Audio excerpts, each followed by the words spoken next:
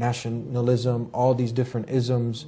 And now when you try to bring up this word about being a slave to the one who created you, there's like, they feel like there's some stigma attached to this. But on the contrary, they're already slaves to something else. Yes. Let's talk about this. What does it mean when we say that being a slave to the one who created you? Excellent. And the word for that in Arabic would be abd. And abd has two meanings. One meaning, abd is a worshipper of Allah Azza wa Jal. And at the same time, abd is actually a slave. And that's how the word was used also by the companions. They would, abd was referred to as a slave, like if someone had a servant or something. And that's why the Prophet ﷺ prohibited them from saying, this is my abd, because only Allah truly owns people. So He taught them to say, this is my boy or my girl. So the thing is that, and like you were saying, and I've actually seen some fairly knowledgeable people, when you say the word slave, they cringe a little, like it's a bad thing. Or like we're not owned by Allah Azza wa Jal. But the truth is, Allah owns us. We are slaves of Allah. We're owned by Allah subhanahu wa ta'ala. And so therefore He tells us what we can and can't do, even if it's with our own bodies. That's why when you look at the Sharia or the Islamic law, it goes into great details of what we can and can't do with our own bodies. That's why there's restrictions for men of what kind of hair they can remove, what kind of hair they can't remove. For women, they're not allowed to shave their head bald. They're not allowed to, pluck their eyebrows. Why? Because Allah tells us what we can and can't do with these bodies of ours. Did you say tattoos for men? Tattoos forbidden. Just like, if you were to rent a car, suppose, Eddie, you wanted to, for once, drive a really, really nice sports car, right? So you go and you rent a Hyundai Accent, right? And it's black in color. So, but you wanted to drive a yellow car for those 2 days, you know. And I don't know if you know Hyundai Accents. They're not really sports cars. That was a joke, but maybe it wasn't a very good one. The point is, can you change the color of that car for those 2 days that you've rented the vehicle? Maybe make it green or yellow like you said? Could you? Doesn't happen. You couldn't, because you don't own the car. Yeah. Same thing with the tattoos. You don't own your body. And so you can't color it and disfigure it. That's why you're not allowed to change your face. I mean, unless, obviously, there's a horrible accident or something. But so what we see a lot of the celebrities with, the Botox and, the face stretched out here from about 100 different plastic surgeries. This is things that you cannot do. Not allowed. Plus, they look horrible anyway. Yeah, you're destroying yourself, Absolutely. mutilating yourself. Yes. Yeah. And that's why you're not allowed to commit suicide, to kill yourself. Because it would make sense. Forbidden in Islam. Absolutely. It's not your body. It's not you. If you owned yourself, you could probably kill yourself, but you don't own yourself. This is a good fact. We weren't discussing terrorism and all these things, but it's a lot of times there's a stigma, stereotype attached to Islam, and they think Muslims killing themselves, blowing themselves up. You're telling me right now this is prohibited. And what we're talking about is like someone like the going gets tough, they can't handle it anymore, and then they just they poison themselves, shoot themselves, jump out of a window.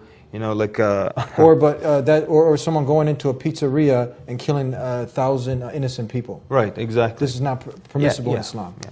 Okay. Well, they say there's a joke. They say the guy was about to jump off a roof, so they called the priest. The priest came to him. He said, "On your mark."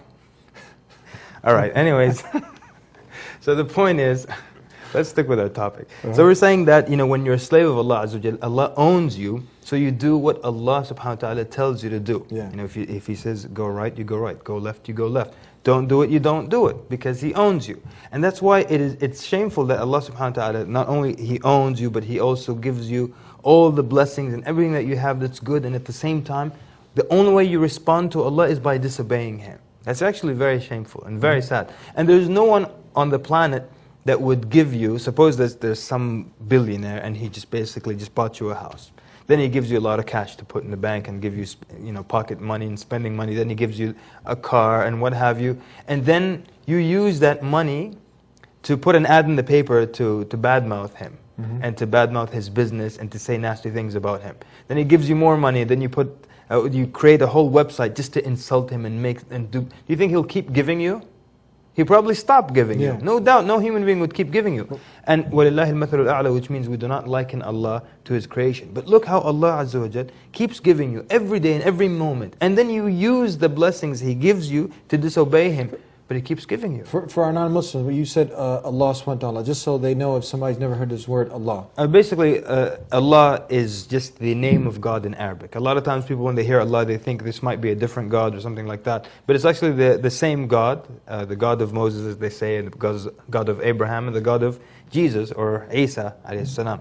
So when you say Allah, basically you're just talking about God. It's the name of God in Arabic. It's not a different God or anything of that sort. And I always like to add that if you go to an Arab country and you go to a church there, you'll find that they say Allah in their service. And the Arabic Bible says Allah as well. So Allah keeps giving and giving and giving, even though people are turning away from Him, they are doing the most mischievous things against Him. And whenever they sin against Allah, they're using a blessing given to them by Allah to disobey Allah. You know, people who use their money in ways that are prohibited, the money is a blessing given to them by Allah, and they're using it to anger Allah. You know, some people use their eyesight to anger Allah, their hearing to listen to things that they shouldn't, or they use their tongue in a way that they shouldn't. All these are blessings from Allah. But Allah is so merciful and He's so generous, He's so giving. He keeps giving them even if they keep disobeying Him, which is really something that absolutely fantastic, you know. But when you recognize and you link every good thing that you have in this life to Allah Azza wa Jal, then you start to naturally want to submit to Allah. Kind of like when the boss at work, you know, you link your relationship with this boss to that paycheck that comes at the end of every 2 weeks. So when he says, do this, you do it. Even if you don't agree with it, you might complain about it with the co-workers, you know, at the water cooler and what have you, but you do what he says. Even if it's a ridiculous idea, he says, we have to do it, you're going to do it, you know, because you link, you know, something good that comes to you from this relationship with your boss, that is the paycheck. وَلِلَّهِ الْمَثَلُ الْأَعْلَى, which means we don't liken Allah to His creation. But Allah, you know, He keeps giving you every good that you have, things you can't put a price on, but then when He tells you go right, you don't go right, it's very shameful, you know. And it puts a lot of people to shame when they recognize that. That's why when you tell someone how many things Allah gave you to replace this one thing that you refuse to give up, they start to feel ashamed when they start to try to count the blessings of Allah, you know. Tell us, how do we balance out where it's between, okay, again, we talked about being rational, logical, something that is not just blind faith, that we follow Islam, the submission of yourself to the one who created you has all the evidence that one needs to realize this is the truth. But now someone who is agreeing with that I only worship the one God, but now all the other things come into play, establishing the prayer 5 times a day. We see a lot of non-Muslims that they come to Islam and they do this most important thing, but then a year, 2 years later, they're still not praying. Right. And they might see this as now a burden. Now I got to do this 5 times a day. How do we distinguish and help them to understand this is a blessing, that all these things of staying away from the, let's say, consumption of alcohol, eating of pork, gambling, some of the basic things, that these are a blessing, these are things that are going to only better our lives. Right. Talk to us about this. You know, if you look at the religious people worldwide, they don't drive by a nightclub and say, I wish I was misguided so I could just be in there jumping up and down like a crazy animal, you know. They feel that what they have is greater. They have bliss because what they have is greater. And when you feel the sweetness of Iman, which is the term, when you feel the sweetness of believing in Allah, everything else pales in comparison. You know, you don't look at people with piercings and purple hair and say, oh man, I wish I could do that. And people who are doing all kinds of things that are illegal and selling drugs, oh, that's so exciting, I wish I could live that lifestyle. They never feel that kind of remorse. They feel that Allah replaced them with something better. Why? Because they tasted the sweetness of faith. But when you don't know the sweetness of faith, it's just burdensome to you. Prayer is burdensome to you. But as the Prophet ﷺ used to say, he would say, comfort us with the prayer. So he's saying, announce the prayer so it can be comfortable. Some people, they become discomforted because they didn't focus in the salah. They don't know what they're saying in prayer. So they don't feel the sweetness. In that sense, it will always be a burden. As one of the scholars said, he said the salah is really amazing. When you try to do it quickly and get it out of the way, it takes so long and it becomes so difficult. But when you do it slowly and you focus and you love it, it becomes so easy. And I think everybody, you know, everyone in the studio and the people listening at home, they've probably experienced this in Ramadan, when they go to the long prayers, when they're focused and it's a surah that they're familiar with, they're like, oh, today the prayer was so short, especially when they don't eat too much, right?